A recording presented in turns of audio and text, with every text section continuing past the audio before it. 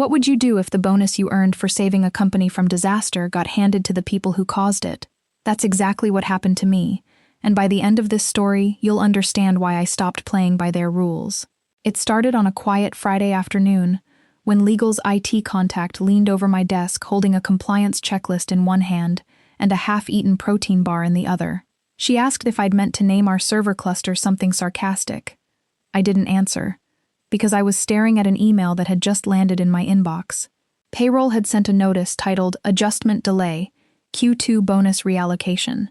My performance bonus, the one I'd earned after single-handedly stopping a vendor server meltdown at 1 a.m, had been quietly redirected into something called an emergency retention pool. Retention, as in keeping other people around. People who weren't even in the building the night everything nearly collapsed from a recursive API loop I'd flagged months earlier and nobody listened to. I felt that sting rise up my throat, but I didn't explode. I didn't throw a chair like Carl did when his espresso machine broke. I didn't storm into HR waving printouts. Instead, I opened a terminal window, quietly connected to a shadow server I'd built 2 quarters back, officially for testing zero downtime deployments, and typed 3 lines of code. Then I closed the window and murmured, "Retention pool," under my breath just as someone from facilities walked past. She apologized, thinking she'd interrupted something. I told her it was nothing. It wasn't nothing. That phrase stuck in my mind like glue. Retention pool, meaning the very people who took my database work, slapped a new color scheme on it, and got promoted for it. The same people who thought version control was just something you asked Greg to approve. At exactly 5:07 that evening, I walked past the executive wing, where Greg and Marcus were already pouring scotch behind frosted glass doors, casually discussing reducing headcount velocity. I stopped outside the server room. No cameras were watching. I badged in, opened a maintenance locker, and pulled out a black case labeled Asset Recovery, Do Not Remove. Inside was my personal backup drive. They assumed the root certificate renewed automatically through our central authority. They assumed I'd documented the override password somewhere in the internal wiki. They assumed I hadn't encrypted that wiki entry with a private cipher that could only be unlocked using details from my dog's veterinary records. All wrong. I told myself Monday would make things clear.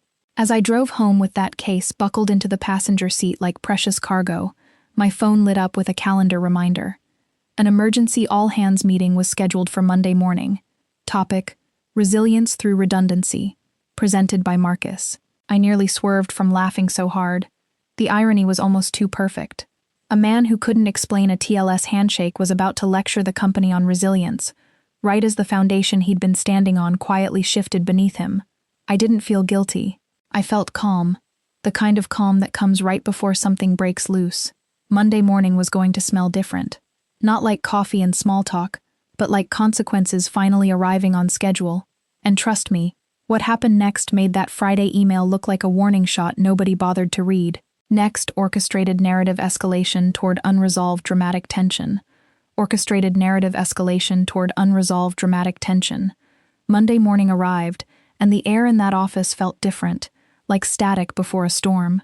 By 9:15, Marcus looked pale enough to skip his morning coffee entirely. The panic wasn't loud or visible at first. It spread quietly, through Slack messages typed too fast, through apology emails stacked on top of each other, through status dashboards slowly turning red across 4 time zones. Greg appeared at my doorway, or what used to be my doorway before they demoted me to an open desk pod near the humming HVAC unit weeks earlier. He asked if someone had rebooted production without permission. I just blinked back, feigning confusion, while his smartwatch buzzed nonstop against his wrist. He looked like he'd aged several fiscal quarters in 20 minutes. 6 major clients were locked out of their dashboards, he told me. 2 were already threatening to invoke breach of contract clauses. I leaned back in my chair, sipped my coffee, and scrolled through my phone like none of it concerned me. A news alert caught my eye about a major retail chain suffering a technical blackout, blamed on unspecified system failure. I swiped past it to check the weather instead. I asked Greg, almost lazily, what Sandeep thought about the situation. Sandeep was the DevOps lead brought in 6 months earlier to modernize our legacy systems, which really meant stripping down what I'd built and dressing it up with trendy microservices branding. Greg admitted Sandeep wasn't even in the building yet. I already knew why. He was flying back from a Kubernetes conference in Denver, the same person about to lecture others on container security while our actual infrastructure was collapsing in real time. There was something almost poetic about it, if any of them had the patience to notice. Chaos spread through the hallways like wildfire moving through dry paper. Someone from compliance rushed past looking frantic. A coworker from facilities ran in carrying power strips and cables like she was preparing for battle. Legal had already gathered in the break room, laptops open, whispering words like negligence and disclosure window. I waited patiently until the emergency all-hands meeting officially began, then walked into the conference room holding a half-eaten granola bar and a loose HDMI cable, like I hadn't a care in the world. Marcus sat there, red-faced, flipping frantically between browser tabs as if speed alone could fix broken authentication protocols. I offered to help, loud enough for legal to hear clearly, but added one condition. I wanted to speak with HR first, and I wanted everything recorded. Marcus asked why. I reminded him that just days earlier he'd told me my bonus had been reallocated for retention purposes. Now, ironically, they desperately needed to retain me. The silence that followed felt almost sacred. That was the exact moment they understood I wasn't simply an engineer they could replace or sideline. I was the infrastructure itself. What made it even more satisfying was watching them attempt to fix everything without me first. I sat quietly in conference room C, deliberately chosen because its webcam never worked, and the speakers only functioned if you jiggled the cable a certain way, watching everyone scramble like startled animals near a downed power line. Marcus had already pulled Sandeep off his connecting flight. The poor man landed at 8:04 that morning, still wearing his travel hoodie, smelling like airport exhaustion, immediately diving into conversations about certificate chains and handshake protocols. 15 minutes later, I heard the exact phrase I'd been quietly waiting for, the one that confirmed everything was unraveling precisely as I'd designed it to. The phrase that finally escaped Sandeep's lips was simple but devastating. There's no valid path for the certificate to follow. Then came silence, thick and heavy. I watched the color drain from his face, like someone had unplugged him mid-thought. His screen kept flashing warnings, one after another. Certificate mismatch, fallback revoked, override key required. That override key existed, but not where they expected. It wasn't sitting in some shared document or backup server, and it certainly wasn't on the drive I'd retrieved from the maintenance locker. It lived entirely in my memory, split across 3 encrypted strings, stored inside an old note-taking app on a jailbroken Kindle from years earlier. I never trusted cloud storage, not after Marcus once called me paranoid during a company retreat, using that word like it was a compliment.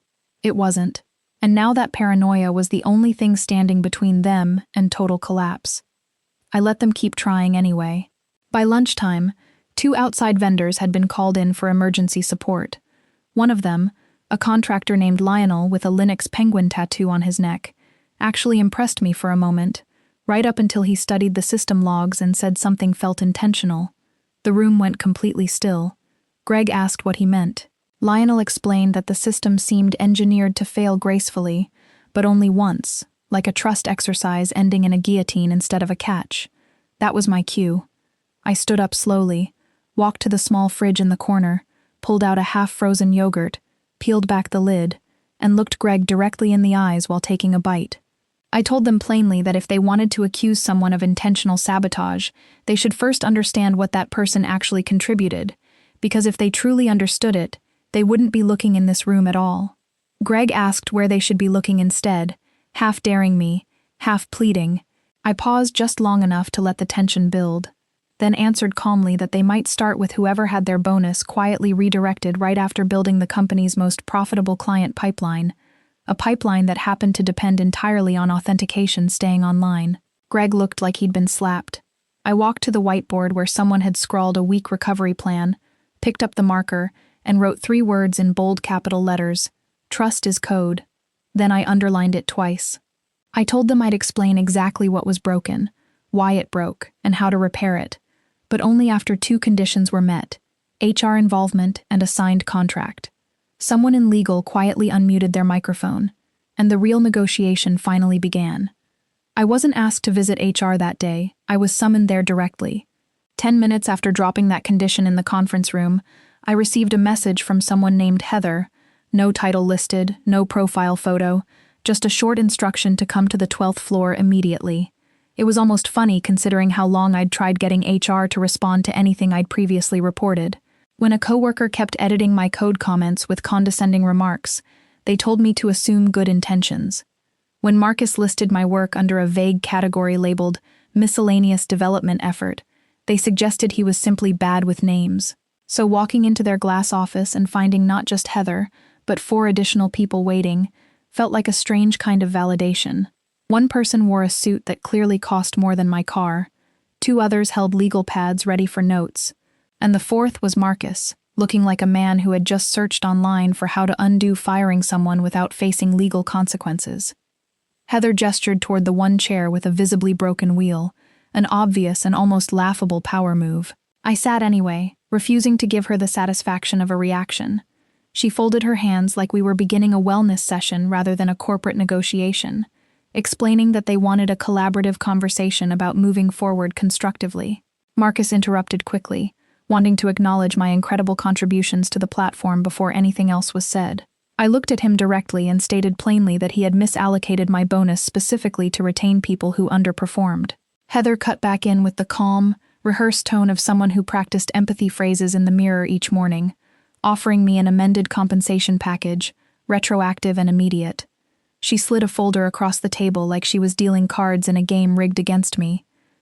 Inside was a reinstated bonus, an unexpected raise, a new title change to lead systems architect, and a signing bonus labeled retention appreciation, as if that single gesture could erase 2 years of being overlooked, dismissed, and treated like a spare part in their broken system.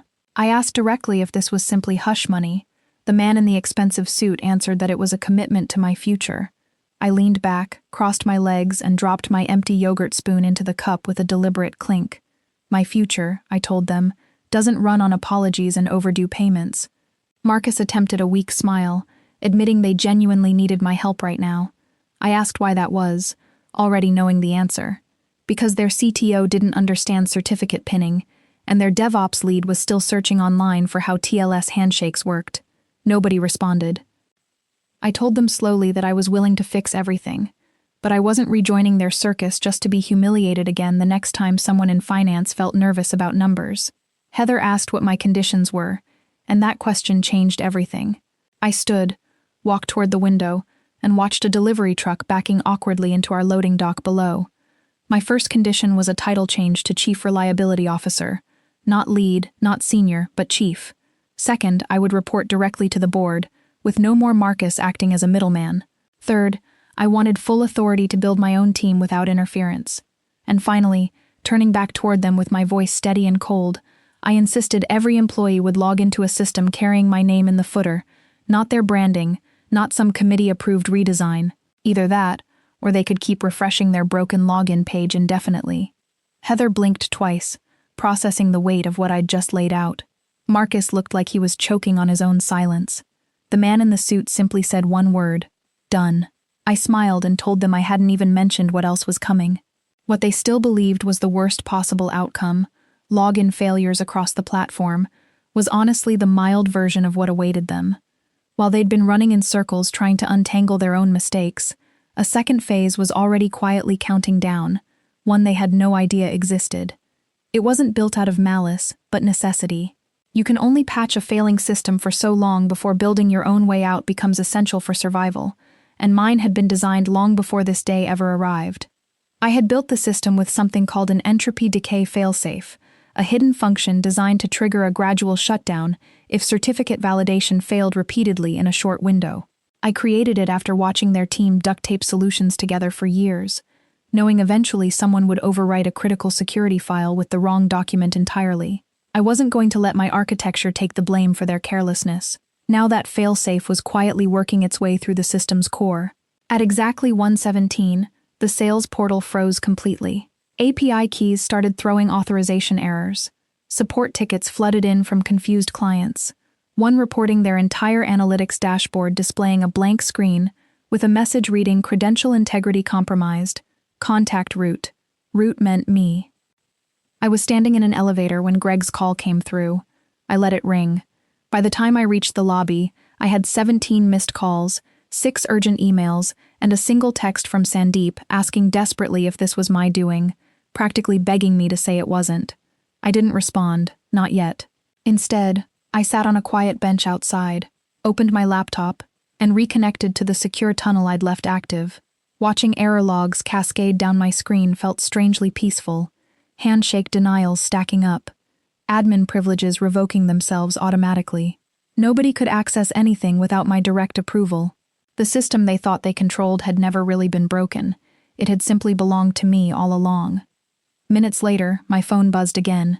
Not a call this time, but a calendar invitation for an emergency board meeting, private and 30 minutes long. I joined 5 minutes late intentionally, letting the tension build a little longer.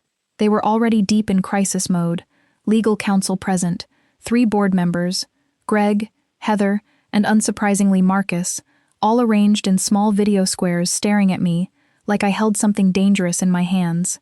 One board member asked, visibly stressed, that we needed to discuss the scope of what was happening. I agreed calmly, but clarified first that this wasn't a cyber attack or sabotage. This was simply what happens when a company trusts a system completely while disrespecting the person who built it entirely. Marcus accused me of holding them hostage. I corrected him gently, explaining I was only showing them who had actually been steering things while they focused on rearranging priorities and pouring celebratory drinks. Another board member asked directly if I could stop it. I confirmed I could, but added that I wouldn't. Not until every agreement from our earlier HR meeting was signed, notarized, and delivered to me as an official document. I added one more clause too, a non-interference agreement ensuring Marcus never touched anything resembling a command line again. He began shouting, so I muted him mid-sentence. I told them plainly I wasn't the villain in this situation, simply the backup system they'd forgotten to maintain properly, and now they were left in the dark because of it. I warned them to move quickly, because if we reached Phase 3, vendor-side authentication tokens would begin expiring entirely. Greg asked nervously what that meant. I suggested he ask his DevOps team, then casually mentioned they'd already lost access before ending the call entirely. For the first time in years, I felt something close to genuine relief.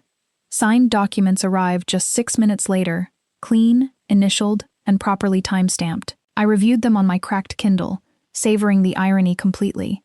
The same company that once refused to approve a simple monitor upgrade had now approved a compensation package worth significantly more, almost overnight.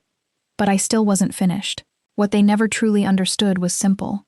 When you treat someone like disposable equipment, don't be surprised when they eventually respond like a machine themselves. I walked into the server room completely alone, no security escort, no anxious colleague watching over my shoulder, just me, an active keycard they'd forgotten to deactivate, and a network quietly waiting for resolution. I sat down, connected my drive, and opened an interface only I had ever seen, something I privately called the glass room, undocumented and unbacked up anywhere else. I hovered over a button labeled Restore, paused briefly, then clicked something else entirely, a page titled Truth.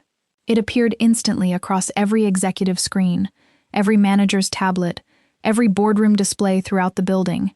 Inside was a complete timeline, names, timestamps, message excerpts, screenshots, the real audit trail nobody expected to surface.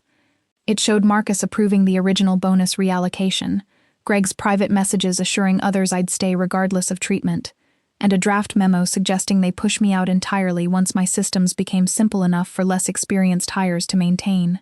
At the very end sat a single line of code, stating that loyalty to a system paired with betrayal by people naturally raises an exception, followed by one final note explaining this wasn't revenge, simply documentation with consequences attached. I restored the system immediately afterward. Logins returned instantly, authentication keys validated correctly, and clients breathed easier again. But internally, consequences arrived quickly. Marcus resigned by 4 that afternoon. Greg stepped into a consulting role stripped of direct authority. Sandeep quietly disappeared from company communication entirely. Legal sent the board a short, honest message confirming I had done nothing illegal, only something precise and surgical. Weeks later, I walked into a new opportunity entirely, becoming Chief Technology Officer at a company that valued architecture over politics, respect over convenience, and stability over convenient shortcuts. My old employer scrambled to replace me, offering enormous incentives to someone who lasted only days before leaving over unrealistic expectations and unspoken tension nobody could quite explain. Looking back, I've learned something important that applies far beyond servers and certificates. Revenge doesn't always require noise or destruction. Sometimes it simply looks like a login page that never fails again, a system built on trust instead of convenience, and a team that finally understands the value of the person who built everything they relied on. If this story resonated with you, or reminded you of your own workplace battles, make sure to like this video, subscribe for more stories exactly like this one, and drop a comment below sharing what you would have done differently in my position. Your voice matters here, so let's keep this conversation going.